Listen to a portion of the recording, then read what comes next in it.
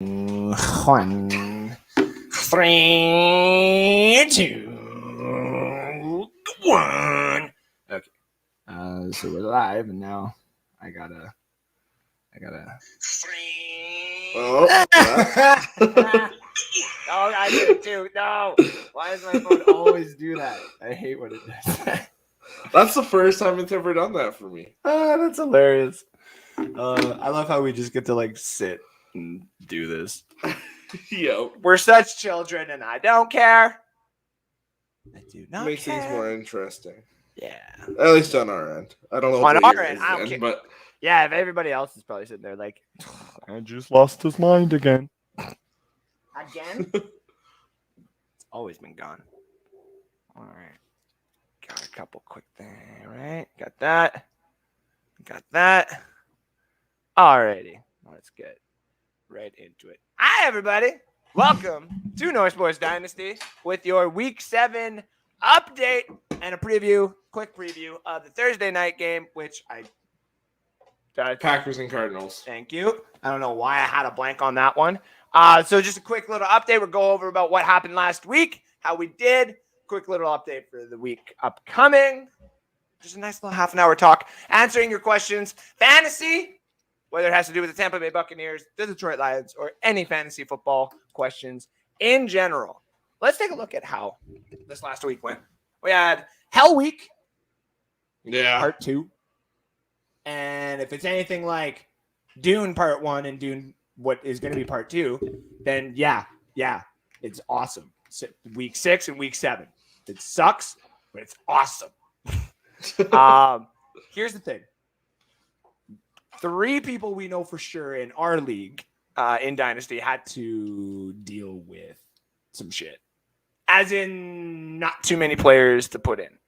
So we tried our best to get you some names that you can find in the free agency waiver wire and get them onto your bench. A couple of those guys, at least on my end, from the 5 starts. All 5 of my starts got you points.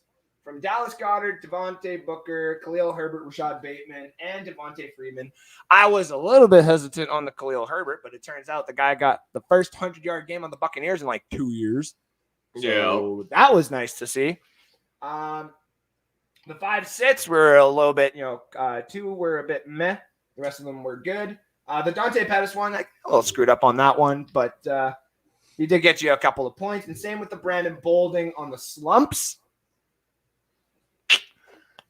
It is what it is. That's on me. That's on me. But also at the same time, did anybody really expect that many running backs to be used in a Patriots? No. Not when there's that many. Go ahead. I had Taylor sitting on my bench in our North Sports League, and I was just like, damn it. I saw that. So a couple of waiver updates, I guess, also right now to think of. Kenneth Gainwell is probably the biggest one. Yeah. Miles Sanders is going to be out for at least, I think, this weekend. So a lot of people are starting to pick him up. Other than if you're looking for Packers receivers, Randall Cobb and Equinemius St. Brown. Yeah. Because both Devontae Adams and Alan Lazard are out. Yeah, so let's get right into the Thursday one there, just to start helping our people out. Thursday night game, Cardinals are hosting Green Bay. Yeah. And Aaron Rodgers has a depleted wide receiver core. Mm-hmm. COVID has ran rampant all over the Green Bay Packers right now. Obviously, we hope T's and P's to everybody's health down there. Yeah. But this isn't good. This is not good at all. The Green Bay Packers are doing really, really well. So in a betting line, I'm not touching this until the day of the game. Yeah. And then we'll see what happens. But as of right now, I'm not going to touch it. I'm probably still leaving it alone, to be honest with you. Fair enough. But for fantasy-wise, where is the value, right? Randall Cobb has obviously been hit and miss this season. What's the other one you said there? Equinemius St. Brown. Is he even playing at this point? Right? So do they start just pulling up a couple of practice roster guys out of nowhere? What do we do? What is going to happen there? To be honest with you, I bet you any money because Aaron Jones is also out, right? Or no, sorry, Devontae Adams is out. My apologies. Yeah, I'm not. Adams, yeah. Aaron Jones is still fine right now. So probably look to see the running game be used a little bit more. And probably Robert Tonyan to see a little bit of action finally. See, the thing, though, just to counter the Aaron Jones thing, because I was thinking that too. I was like, man, Aaron Jones could have a big game. He might be their only option because I don't really like Tonyan against those Arizona linebackers. Yeah, Isaiah Simmons might be covering Tonyan the whole time. I don't like that matchup. And then they're going to get their number one corner probably on Cobb. Yeah. Oh. And Lazard, because Lazard is also out from what I saw as well. Yeah, Lazard just was announced today that he's on the list. Which is a good thing because yesterday. In one league, I actually was like, I'm just going to drop all my fab and grab this guy for one game. That'd be awesome. And then no. Oh. It's like, I'm going to pull that out right quick. It's a good thing I did that. So, yeah, it's a tough one there in Green Bay. They do obviously have Arizona side. I mean, Arizona, people are probably thinking play Arizona's defense. Aaron Rodgers is the reason I wouldn't necessarily, though Aaron. Yeah. Arizona's defense has been playing absolutely exceptional this year. I'm still not. I don't want to. Yeah. I don't want to play that against the Packers, even if they are depleted. You start telling me that Aaron Jones isn't playing, then maybe we'll start considering something else. But as of right now, man, it still looks gross. On the Cardinal side, though, as much as I want to play that defense, maybe sit the defense. Yeah. The matchup I like, though, is Rondale Moore because they do have a couple of corners there in Green Bay. So D-Hop and A.J. Green are probably going to see a lot of, zone and one-to-one matchups. I wouldn't be surprised if Rondale Moore ends up eating a little bit more and James Conner. So if you can get those guys in your league, James Conner will probably grab a touchdown or two. It seems to be that I just blanked on the other running back. Chase Edmonds. Yeah. He seems to be there like between the 20s running back, and then as soon as they get anywhere near the goal line, it's James Conner. So James Conner is getting all the rushing touchdowns there right now for Arizona. First 2 weeks, everybody thought, it's the running back for Arizona. Why wouldn't you grab him early? And he was not producing at all. No. Now he is. Now it's looking nice. So at least we got that going. The other side of it, though, is Zach Ertz. I'm not going to lie. I would play Zach Ertz again as well. Yeah. Yeah.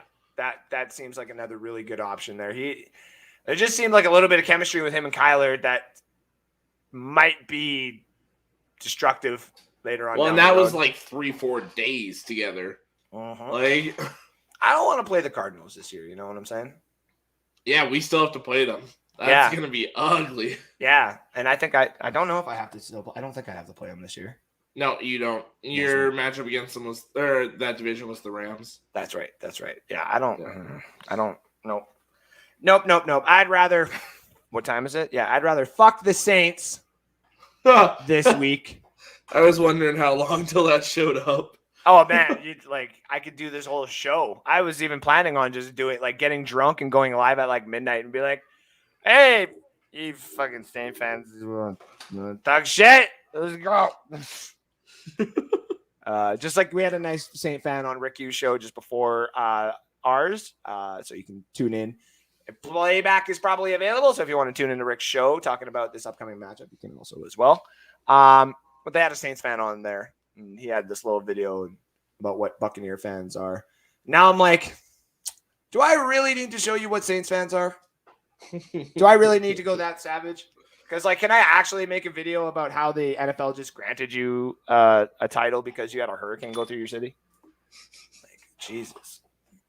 You guys would be so offended. It's 2021. You'd be like, his jokes are distasteful. We even had to get, Johnny, our other guy here at Bucks Report there. Johnny B. Yeah. He had to take down a post on Twitter because a lot of Saint fans got offended. And I'm like, are you kidding me? Are you serious? Yeah. I'm like, yeah. So, and they call us the pussies. So it is what it is. Looking at a couple of the other matchups that happened this weekend. Chicago, man, I don't know what to say anymore about. Wow. My only thing is, how does Matt Nagy still have a job? To be honest, I've said the same thing too. Though in my prediction at the beginning of the season, I do get a check mark if he does get fired at the bye week. Because I did say Nagy would get fired at the bye week. The intern head coach would take over. Justin Fields starts, and then they still prevent the Minnesota Vikings from going to the playoffs. Well, the reason I don't understand how he still has a job is, how do you keep putting Justin Fields in these situations where he's getting his ass kicked week in and week out? It makes no sense. Protect the kid. Like, do you not make trades? Like, what is going on? So yeah. I really wish that the Bears would do a little bit more because I actually, in the offseason when Justin Fields fell to them and they made that trade, I'm like, hey. I was like, dark horse Super Bowl contender. Like not going to lie, this team really could do some damage here. Yeah. But what Allen Robinson's going to leave in the offseason. Darnell Mooney's going to be your number one target. You're going to have like 3 running backs that nobody in fantasy is going to know what the fuck to do with. Cole Kmet is supposed to be a top-tier tight end, and he's looking better, but he's not there yet. No, he's not. But again, tight ends take a while normally. So not Hawkinson. No. Not Pitts. But were we really expecting Kmet to be on the level of Hawkinson and Pitts? Because I wasn't. Yeah, fair. I was expecting the Noah fan, like the tier underneath. Yeah. Like at bottom of that. Really good caliber tight end, but you're not elite. Oh God. No, sorry. I just had to. Yeah. I just saw Kyle's tweet or comment there, and I just. What is this? Hey, I'm just here to see if any of you have seen my dad. He went to the stores. Oh, Kyle. Oh man. Do you want to break it to him? Or? Shit. He'll be back soon.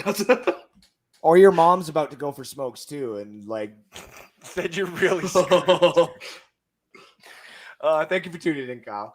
I think is Kyle actually the leader of our league right now? He might be, because I just beat Hot Dog and Pop, and they were right up there. So that's right, and I know Kevin's tuning in. I saw that he was tuning in there. So hello to Kevin. I'm gonna check our league right now, see who's leading, because it's not me. Oh, it's Potatoes are. That makes sense, because he just kicked my ass this week by like 73 points. He's the only 6-1 team. Then we have Pitt's Paradise, All About That D, Hot Dog and Pop, and Steel Sox are all 5-2. Well, I still have a chance at the playoffs, and that's okay. And so do you. Man, yeah, this is a right good race. Yeah, so right now for the 8th spot, because we did move it to – did we move it to 8? Yeah, we moved it to 8. Yeah, we moved it to 8. I have to think about that. Yeah. We moved it to 8 playoff spots this year. So that means as of right now, me and Alex and 2 other people are tied for the last playoff spot. Yeah. And I have like no fab left, which sucks.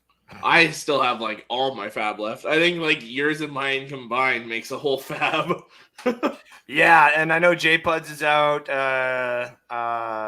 T Peterson's out too. And everybody else. Hot Dog and Pop hasn't touched his yet. No, and that's going to be a problem. Man. That's going to be a problem towards the end of the season if he actually gets on a run here. So, and Team Warchuck 55 is pretty good there too. And Big Wiz touched it. Yarawana, Big Wiz.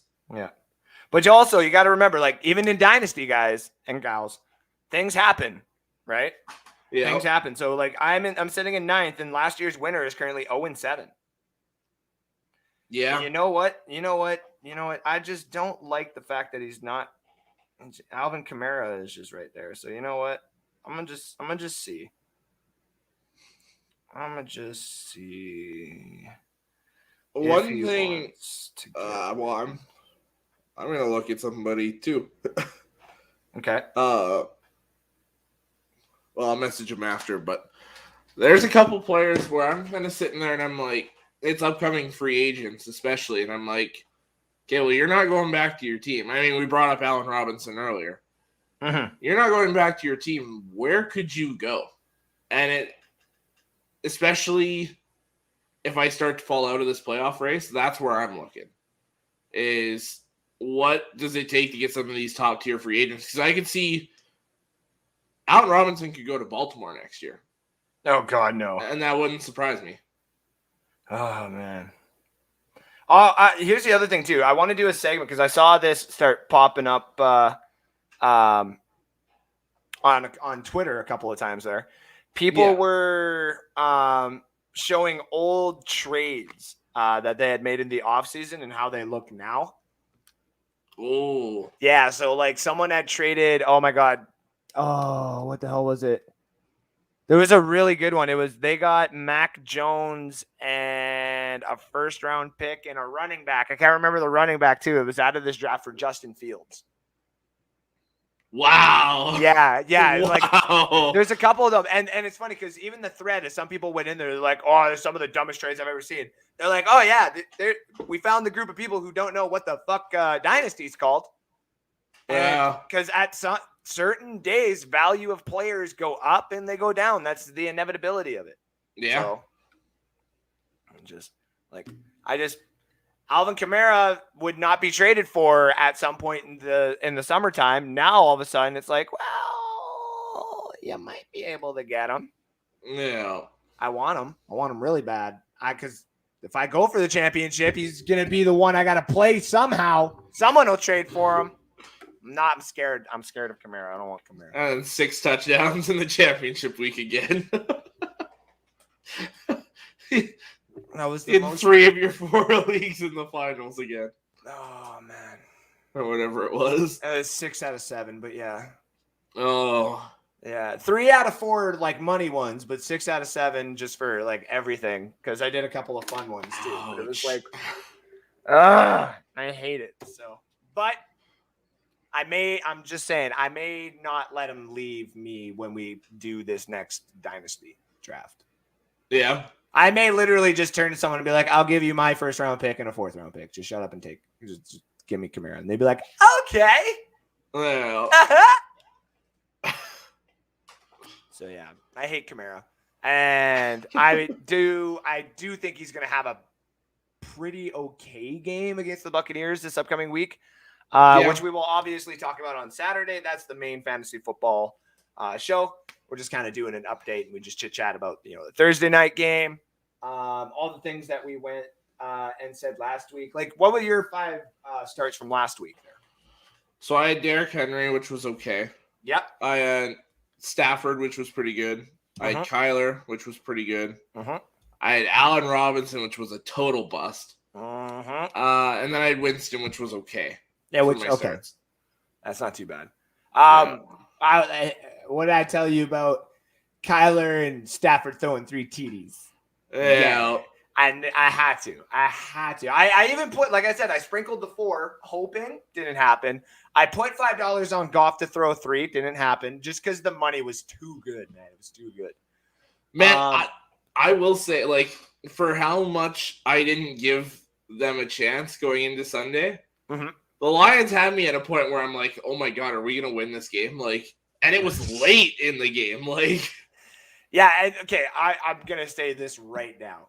At one point, I think it was like maybe 5. No, I think it was just at the end of the first quarter because Kyler was heading to the tent and the Lions, I think, were still leading. I looked at this. And I was like, oh my God. Christopher Cole is going to be right on this. So, well, dude, like, I'm going to say this too. Like, Dan Campbell seriously outcoached Sean McVay. Dude, on Sunday, and like punt and an onside kick. And they asked McVay in the press conference, and this could be just covering his own ass.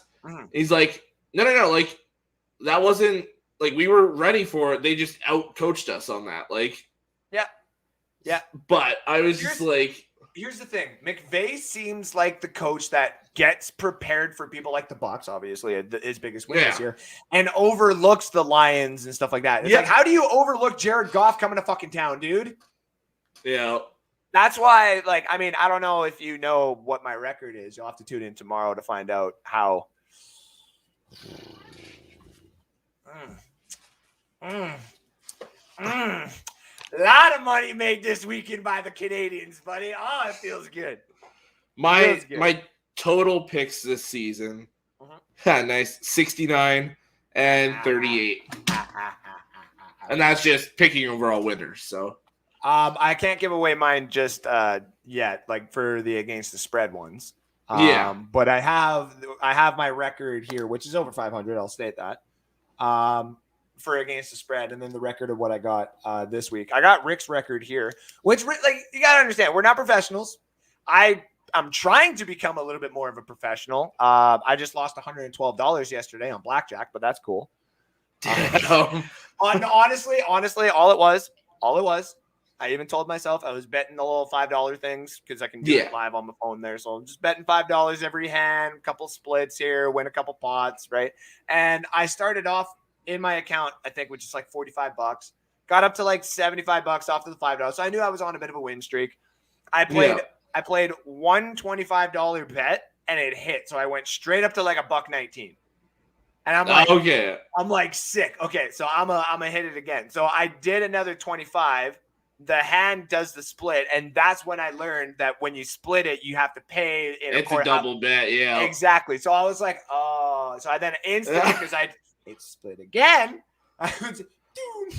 Oh no. Yeah. So like I went back down to like $20, and then I was playing around, say like 20 or 40, and then like I lost it all again. Kim laughed at me, and I'm like, next time I'm just gonna, when I get to like the 120 mark, I think I'm just gonna stop. Yeah. It was the first time I ever played it, so. My buddy yesterday just signed up. I've been getting him into the sports betting. We were talking about it and all that. Okay. And he got, I'm wondering how much he put in because his like welcome bonus or whatever was 400. Oh, nice. And he threw that whole 400 into a 6-team parlay for the NHL last night. He had the Flames, which was good, the Canes, which was good, the Jackets, which was good, Florida, which was good, the Caps, which I'm pretty sure ended up good. Or did they lose last night? I know they were back and forth right at the end.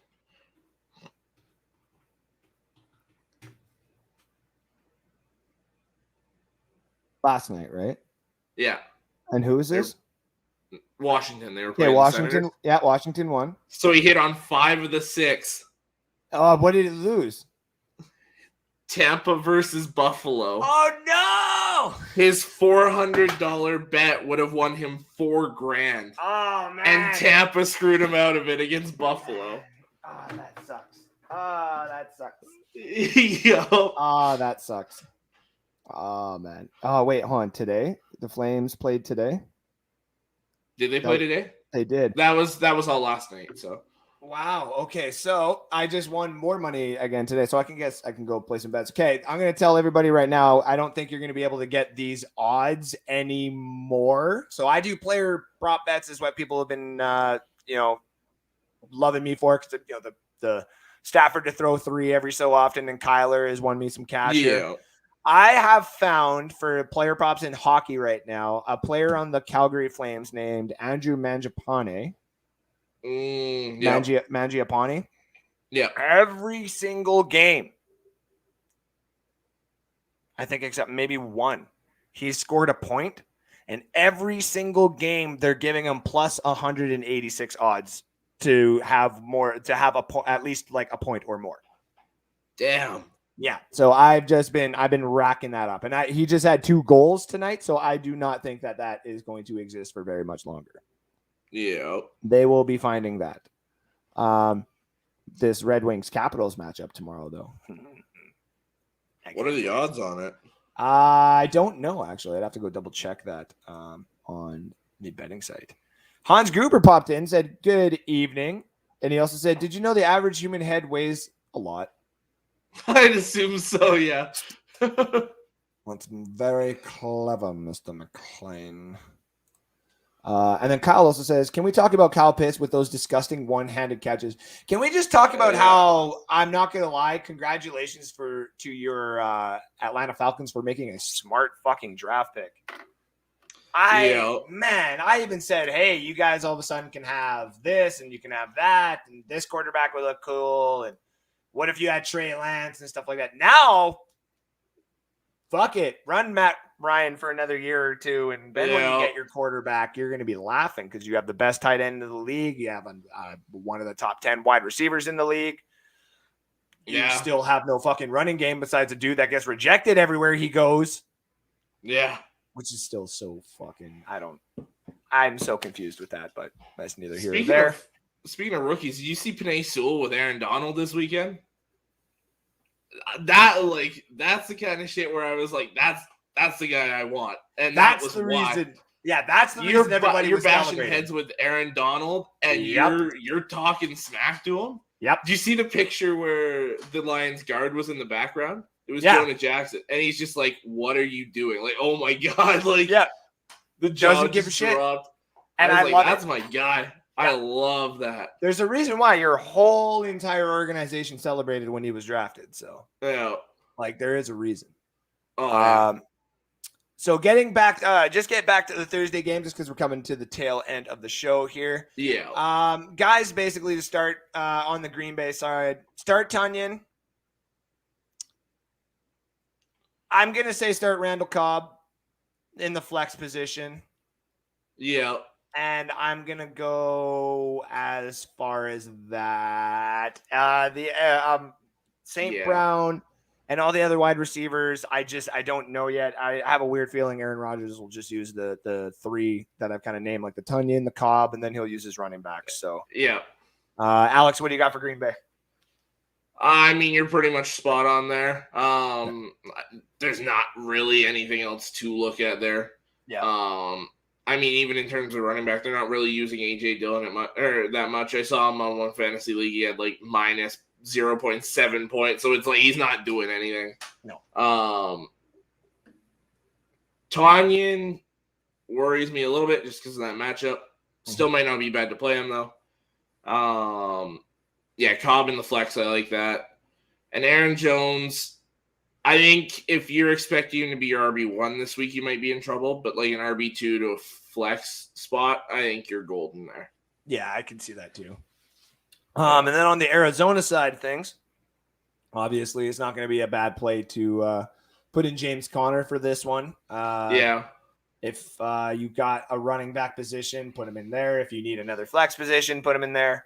It's getting to the point where just strictly touchdowns, James Conner might be a weekly start. And I some of the trades that I've made in just a couple of other leagues, I'm just kicking myself in the ass at, and I'm just like, I'm done with this. Chase Edmonds, I would sit personally. Though the pass receptions, depending on the league that you're in, might actually be beneficial, but I'd still stick away from it. Packers linebackers have been playing really good lately. Devontae Campbell and Jalen Smith getting there. Yeah. Their linebacking core looks legit now. Agreed. I'm also going to go. What? Sorry about that. I am just very, stoned. No, I'm just kidding. My lock, I guess, start of the week for that Thursday game. Give me the Rondale Moore. I like that slot matchup. Kyler's probably going to do most of it himself, but I wouldn't be surprised if you see Rondale Moore get some action in there. So, Alex, what do you think? The last thing I was going to bring up, if you're in a league like the one I started with individual defensive players, another person that's getting to almost a guaranteed weekly start on the Packers side is Rashawn Gary. This guy's playing really well, and I'll take credit for that as a Michigan guy. He's coming into his own now. He's, I think it was, they played Washington last weekend, correct? Yes. On Sunday? Yep. And he made Heineke's life hell. He's made quarterbacks' lives hell the last few weeks, especially with Zadarius Smith being out the entire season. I would start Gary if you've got him in an individual defensive player league. Hells yeah. Same with Isaiah Simmons. I think Isaiah Simmons will get a couple of nice looks this week at some pass deflections, maybe some INTs, especially because Tunyon. So All right, ladies and gentlemen, thank you all for tuning in. That was our quick little Week 7 update with a quick little look at the Week 8 Thursday night game. We will be back Saturday together for the Fantasy Football Show. Alex will also be back on Thursday for the Friday for the NFL edition. So he's got Thursday, Friday, Saturday with this Canadian here. And I'll be back tomorrow night with Against the Spread, where you'll finally get to see me and Rick only had one pick that was the same. So you get to find out who had the worst week and who had the best week, and who now possibly still has the best winning percentage that still exists here at Against the Spread. So catch us tomorrow. Catch us on all of our other respected shows, and we will see all of our beautiful fans again soon.